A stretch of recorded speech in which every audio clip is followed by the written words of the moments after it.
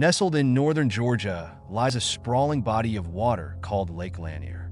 Built in the 1950s by the U.S. Army Corps of Engineers, Lake Lanier has since gained a reputation for mystery and misfortune. Over the years, people have drowned, boats have capsized in calm weather, and others have claimed to see ghostly figures wandering its shores.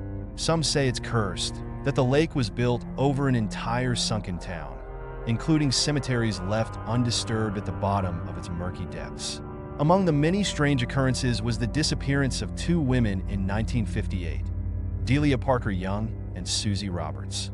Their car, traveling on a bridge over the lake, veered off the road, careening into the water. For over 3 decades, the lake held on to their secret. Susie's car was found only in 1990, along with her remains, but Delia was missing until then. When divers finally retrieved her body, her hands were missing, leaving only bone stumps. Locals say her ghost, known as the Lady of the Lake, can be seen wandering the bridge where they vanished, looking for her hands. Over the years, sightings of the lady became part of local legend. So when Hannah and her friends rented a lakeside cabin on Lanier, they heard the stories but brushed them off as folklore. They planned a weekend of swimming, jet skiing, and roasting marshmallows by the fire. The cabin was as picturesque as advertised, perched on a quiet shore away from the usual boat traffic.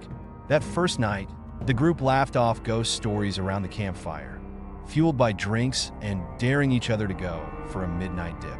But as the wind picked up, whispers carried across the water, sounding eerily like someone calling their names. "No way," laughed Hannah's boyfriend, Jack, when she suggested going inside. "Just the wind off the lake."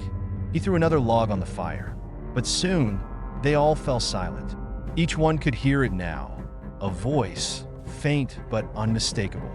It was calling out, "Delia." The whispers continued, growing louder as the wind whipped across the water, bringing with it a bitter, cold scent of lake water and decay. Hannah felt a chill trickle down her spine. When she looked back to the water, she could see what looked like a figure standing knee-deep in the lake, staring at them with a wide, blank face. The figure's arms ended in nothing but bony, skeletal stumps. "Is that a person?" whispered Sarah, Hannah's friend.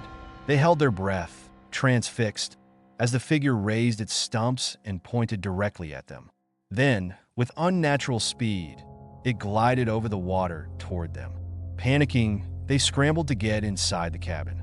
Just as Jack pulled the door shut, there was a thunderous bang, like someone slamming into it from the outside. For the rest of the night, the group huddled together, the sounds of scratching and faint whispers drifting around the cabin, leaving them sleepless and terrified. By morning, the noise had stopped, and they dared to open the door. Outside, the shore was quiet, the lake a deceptively calm, glassy surface.